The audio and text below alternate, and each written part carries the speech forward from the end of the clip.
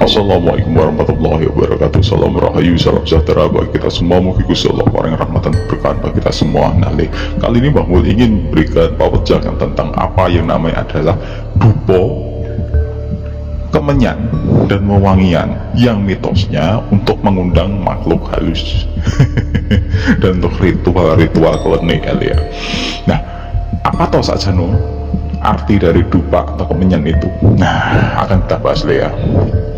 Pertama, yang namanya dupa atau kemenyan atau wewangian yang digunakan bakar-bakaran dulu ya, itu sebenarnya ada sarana ritual yang sifatnya adalah penghubung antara makhluk halus, antara dunia nyata dan alam spiritual. Nah, kok gitu ya? Ya, pertama kita bahas dulu apa artinya dupa atau kemenyan. Dupa sendiri adalah wewangian bakar yang berasal dari getah kemenyan ya, getah dupa yang dibentuk dalam bentuk lidi yang dibakar. Kalau kemenyan adalah wewangian berasal dari getah kemenyan yang dia berbuntut prongkolan atau mungkin batangan yang dibakar dari bersama arang. Nah, bedanya cuma metode pembakarannya. Nah, terus untuk wangian minyak dan sebagainya yang dibakar juga sebagai aromaterapi itu juga sama ya. Fungsinya adalah wewangian juga. Nah, terus kenapa wangian itu dijadikan sarana Mbah untuk menjalin antara alam wadah dan alam spiritual? Pertama, kita pahami dulu bahwa yang namanya kemenyan ini sebenarnya tidak hanya di Indonesia, tetapi di Arab pun juga ada. Bahkan dulu bangsa Romawi, bangsa Syam itu memberikan dupa, kemenyan itu untuk wewangian sebagai aromaterapi sekitar Masjid Haram dan Ka'bah ya, untuk kewangian, karena dulu tidak ada wangian ya, hanya wangian bakar yang digunakan sebagai aromaterapi. Bayangkan banyak orang seperti itu, terus wah dengan bau keringat yang seperti itu, kalau tidak dibakar dupa yos kayak ampun nih. Nah, terus kenapa dijadikan sarana ritual dan beribadah? Nah, pertama yang namanya dupa sendiri bagi beberapa kalangan itu adalah media doa ya. Harapannya doa ketika dupa dibakar memutih ke atas itu sebagai penyampai ya, penyampai doa kita kepada Tuhan. Itu beberapa kepercayaan lain ya, di dalam perjamuan dan di dalam agama Islam pun seperti itu. Ketika orang bakar dupa terus dia beribadah, berzikir, itu rasa tenangnya luar biasa. Aura dirinya itu terasa seolah-olah itu terkontaminasi terimbas baik ya dari aroma dupa itu, karena dupa sendiri dengan aromaterapi. Nah, terus kenapa di pekuburan ketika ritual-ritual itu membakar dupa? Sebenarnya dupa itu sebenarnya memang makhluk harus itu menyukai dan menjadikan itu makanan. Memang itu suka, mau manungsoe suka, seneng kok apa nih bareng si rakyat. Nah, ketika melakukan ritual itu kembalikan niatnya. Ketika seseorang ingin berkomunikasi dengan makhluk halus dengan media dupa, otomatis itu sebagai sesaji ya, termasuk dalam kategori sesaji. Ketika nanti dibakar dengan niatnya tertentu, dengan bacaan tertentu, aroma dupa itu mengitari dan sampai kepada makhluk, atau mungkin khotam, atau mungkin pusaka, atau mungkin jin, atau mungkin dari makhluk halus yang dituju.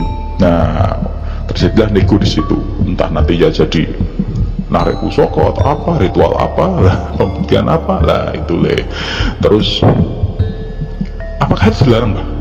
Nah, dalam agama apapun sebenarnya dupa itu adalah kembali ke tadi ya, itu aromaterapi, sarana untuk ritual, sarana untuk beribadah, dan media khusus untuk mencapai titik yang namanya ning.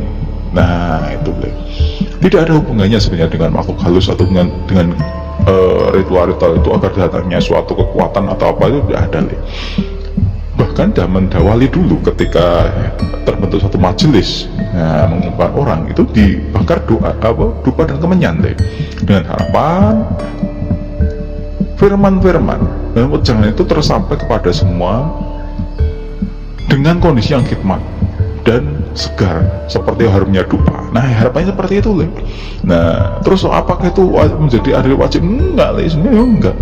Ya bayangkan saja di dalam ruang tertutup itu, kalau tidak ada aroma yang sebagai aromaterapi atau aroma sebagai penyampai atau mungkin ya lebih tempatnya sebagai pembumbung ya, pembumbung sarana doa untuk semua itu rasanya pengap banget deh. Tidak ada gregetik kayak gitu deh. Seperti halnya orang menyampaikan doa khotbah tanpa mic ya, mikrofon ataupun sound system ya kayak gitu itu deh. Nah, tidak beda dengan seperti itu. Nah terus apakah di tempat lain itu juga ada? Loh, itu banyak deh. Di negara Mongolia, Tionghoa sana, setiap ibadah ya menggunakan dupa di kelenteng, di wihara itu juga seperti itu. Umat Buddha, umat Nasrani, umat Hindu, umat Nasrani juga sama le. Enggak tak pernah tahu tuh umat Nasrani membakar dupa.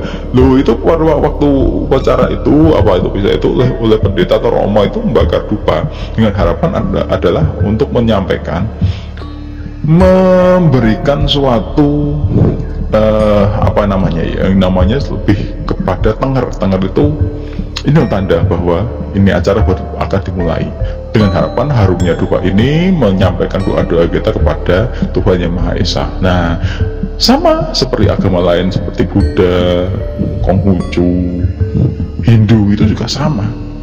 Jadi bukan doa dupa kemenyan itu hanya sarana bukan sebagai rukun dalam pelaksanaan ibadahnya. Nah itu le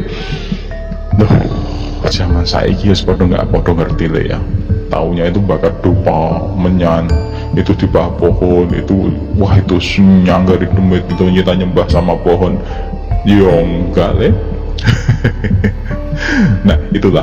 Terus kalaupun ada setiap berapa malam Jumat itu di gudang pusaka dibakari menyan agar demitnya sing nunggu seneng agar pusaka tidak lari ya memang ada le, tetapi sebenarnya itu salah kaprah apa? Kita sudah diperbudak oleh yang namanya dimensi lain dari alam lain, bahwa sebenarnya memang ada kekuatan lain di dalam kekuatan kita. Kalau memang ingin ikut di situ ya harusnya memang dikasih sesajen. Nah dupa di situ kalau untuk persembahan itu sudah maksudnya sesajen.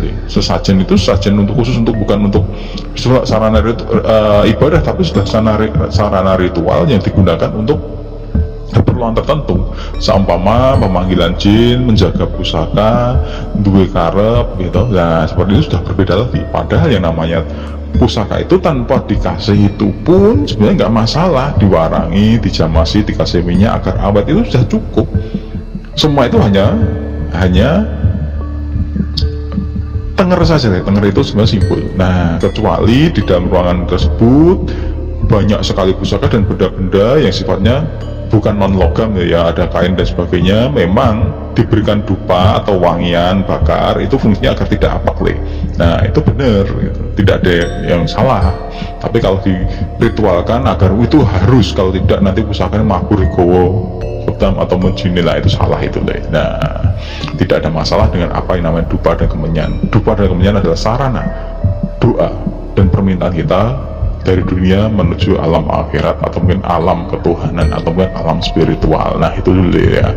Nanti kita tidak perlu ilfil atau mungkin wah kok yang menyan banyak nih sekarang itu menyanyi sebagai aromaterapi untuk ratus, untuk apa kesehatan tuh banyak sekarang itu, dan tidak ada hubungannya dengan sarana ritual. Nah gitu dulu ya.